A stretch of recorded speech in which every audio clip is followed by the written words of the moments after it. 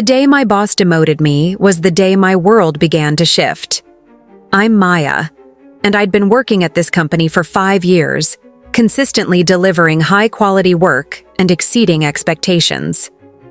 But on that particular Monday morning, everything changed. I walked into the office, exchanged pleasantries with my colleagues, and made my way to the conference room for a meeting with my supervisor. The email had been cryptic, simply stating that we needed to discuss my performance. As I sat down, my supervisor handed me a letter. My heart sank as I read the words, demotion and reassignment. I felt like I'd been punched in the gut. The room seemed to spin around me, and my mind reeled with questions.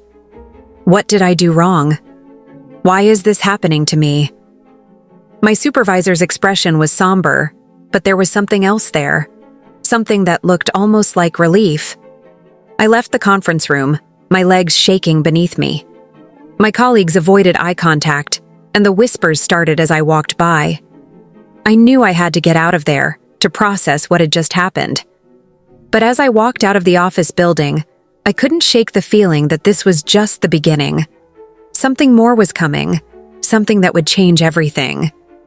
I'd been with the company for 5 years, consistently delivering high-quality work and exceeding expectations. My colleagues respected me, and my supervisors praised my dedication. I worked hard to get to where I was, often putting in late hours and taking on additional responsibilities. My day started early, with a review of the previous day's tasks and a plan for the current day. I was meticulous in my work, ensuring every detail was accurate and precise. My supervisor would often comment on my attention to detail and how it had helped the team avoid costly mistakes. I was known for my problem-solving skills, and colleagues would often come to me with their challenges. I'd listen attentively, ask questions, and provide solutions. My supervisor would sometimes ask for my input on key projects, valuing my insight and expertise. The company culture was competitive, but I'd managed to build strong relationships with my colleagues. We'd often grab lunch together, discussing our projects and sharing advice. I felt like I was part of a team, working towards a common goal. As time went on, I started to take on more leadership roles, mentoring new employees and leading small projects. My supervisor would provide feedback, suggesting areas for improvement, but overall, I was thriving in my role. I felt like I was on the right track, moving up the corporate ladder. But despite my success, there were whispers of office politics and favoritism. I'd heard rumors of certain employees being promoted based on their connections rather than their work. I tried to ignore it, focusing on my tasks and delivering results. One day, my supervisor called me into his office, a rare occurrence. "We need to talk about your future with the company," he said. I was expecting a promotion, or at least a discussion about my career development, but what he said next would change everything. I walked into the conference room expecting a routine meeting. My supervisor was already seated, a folder in front of him. "Maya, thank you for coming in," he said. I took a seat across from him, noticing the folder had my name on it. He handed me a letter, his expression neutral. I scanned the page, my eyes widening as I read the words demotion and reassignment. I looked up at him, confusion etched on my face. "What is this?" I asked. "It's a demotion," he replied, his voice flat. "You're being reassigned to a different department." I felt a surge of frustration. "Why?" I demanded. "What did I do wrong?" He shook his head. "It's just a business decision." I pressed him for more information, but he refused to budge. "This isn't fair," I said, my voice rising. "I deserve an explanation." He leaned back in his chair, his eyes avoiding mine. "I'm afraid that's all I can say." I stood up, the letter crumpled in my hand. "This isn't over," I said, my voice firm. I turned and walked out of the conference room, determined to get to the bottom of it. I walked back to my desk, the demotion letter still clutched in my hand. I couldn't concentrate on my work, my mind racing with questions and doubts. Why did this happen to me? What did I do wrong? My colleagues seemed to sense something was wrong, but I didn't want to talk about it. I just wanted to be left alone. I started to mechanically go through the motions, but my heart wasn't in it. My productivity plummeted, and my usually meticulous work began to suffer. My supervisor's words kept echoing in my mind.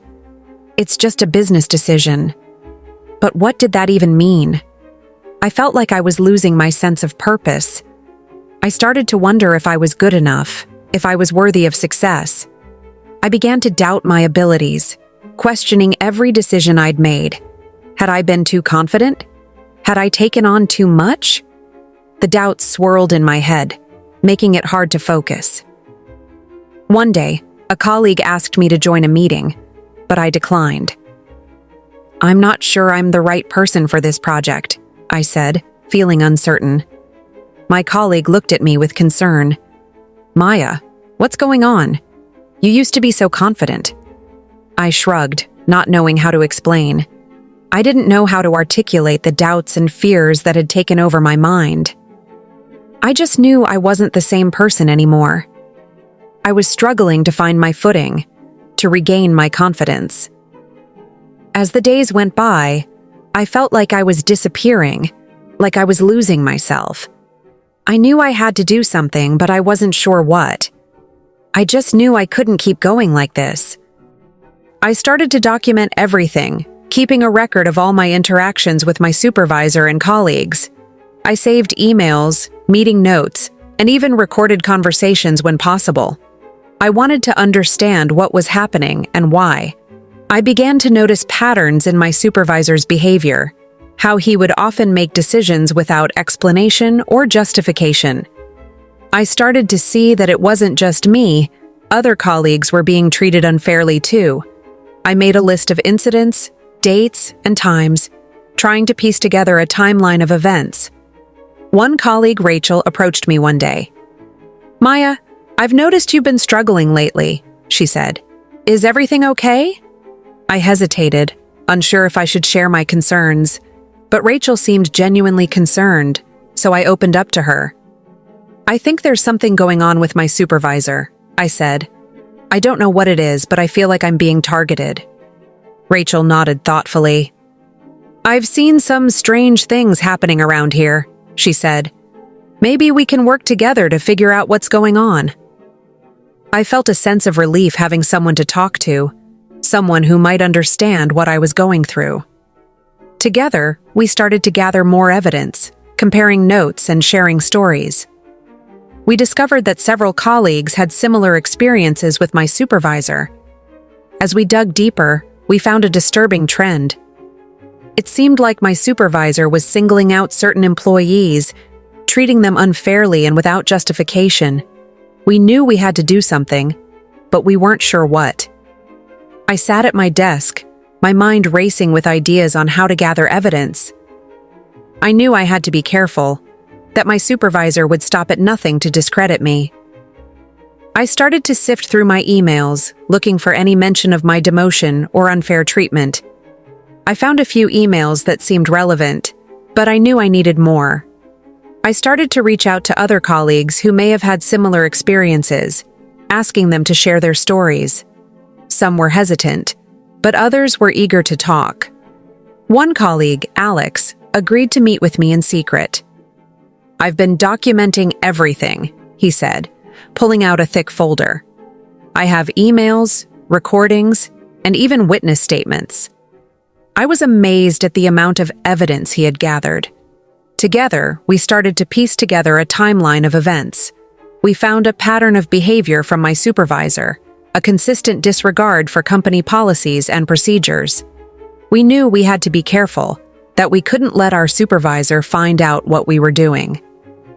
I started to secretly record conversations with my supervisor, trying to get him to incriminate himself. I also gathered emails and documents that showed his unfair treatment of me and other colleagues. I knew it wouldn't be easy, but I was determined to expose the truth. As I gathered more evidence, I realized that my supervisor's behavior went far beyond unfair treatment.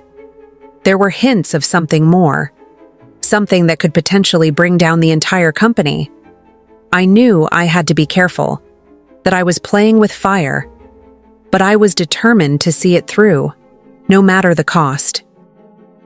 I stood outside the conference room, my heart pounding in my chest. I took a deep breath, mentally rehearsing my plan.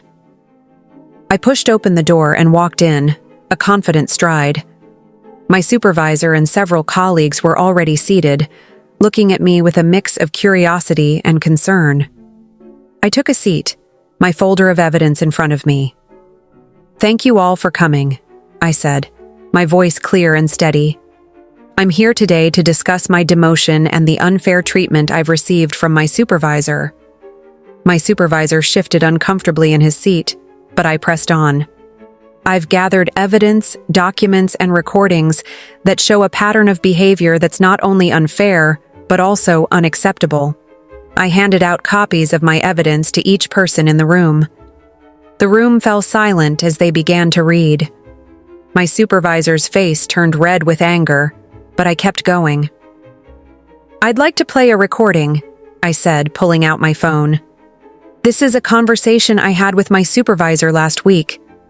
The recording played, and the room listened in stunned silence. My supervisor's voice was clear, his words dripping with condescension and disrespect. The room erupted into a mixture of shock and outrage. My supervisor's face turned white, and he stood up, his eyes blazing with anger. "This is not the place," he spluttered. But it was too late. The damage was done. My plan had been executed, and there was no going back. I walked into the CEO's office, my evidence in hand. My supervisor was already seated, looking smug. The CEO looked up from his desk, a hint of curiosity on his face. "So, Maya, what's this about?" he asked, his voice neutral. I took a deep breath and began to explain, laying out my evidence and testimony. My supervisor interrupted, trying to deflect blame and shift attention. But I was prepared. I had anticipated his moves and countered each point with solid evidence. The CEO listened intently, his expression growing increasingly concerned. "I think we need to investigate this further," he said finally, his voice firm. My supervisor's face fell, and he spoke up. "This is just a misunderstanding." But the CEO cut him off. "We'll get to the bottom of this. Maya, thank you for coming forward." I stood up, feeling a sense of vindication. "Thank you, sir," I said, my voice firm. The CEO turned to my supervisor. "You're coming with me. We'll discuss this further in private." As the CEO stood up and walked around his desk, my supervisor's smugness disappeared. He looked worried, and for the first time, I saw a glimmer of fear in his eyes. The room erupted into chaos, with everyone talking at once. My supervisor's face was red with rage, but I stood my ground. "You can't do this!" he shouted, slamming his fist on the table. The CEO walked in, drawn by the commotion. "What's going on here?" he asked, his voice firm. My supervisor tried to explain, but the CEO cut him off. "I've been hearing rumors about your behavior," he said, his eyes narrowing. "It seems like they're true." The CEO turned to me. "Maya, thank you for coming forward. We'll investigate this further, but in the meantime, I'm putting you back in your original role." My supervisor's face fell, and he knew his career was over. The CEO turned to him. "As for you, I'll be discussing your future with the company. I think it's best if you step down, effective immediately." My supervisor's eyes widened in shock, and he knew he'd been outmaneuvered. The room fell silent, and I felt a sense of satisfaction. Justice had been served. The CEO turned to me again. "Maya, you're a valuable member of our team. I'm glad you spoke up." I nodded, feeling a sense of vindication. As the meeting adjourned, my colleagues came up to me, congratulating me on my bravery. My supervisor, on the other hand, slunk away, his head hung low in shame. I knew that my actions would have consequences, but I was ready to face them. I'd stood up for myself, and I'd won. I walked out of the office building, feeling a sense of closure. The investigation had been thorough, and my supervisor's behavior had been exposed. He was let go, and I was reinstated to my original role. As I walked home, I couldn't help but think about the journey I'd been on. It hadn't been easy, but it had been worth it. I'd stood up for myself, and I'd won. Now, I want to hear from you. What would you have done if you were in my shoes? Would you have spoken up, or would you have stayed silent? Let me know in the comments below. I believe that sharing our stories and experiences can help us learn and grow. So don't be afraid to share your thoughts. What would you have done? Comment below, and let's start a conversation.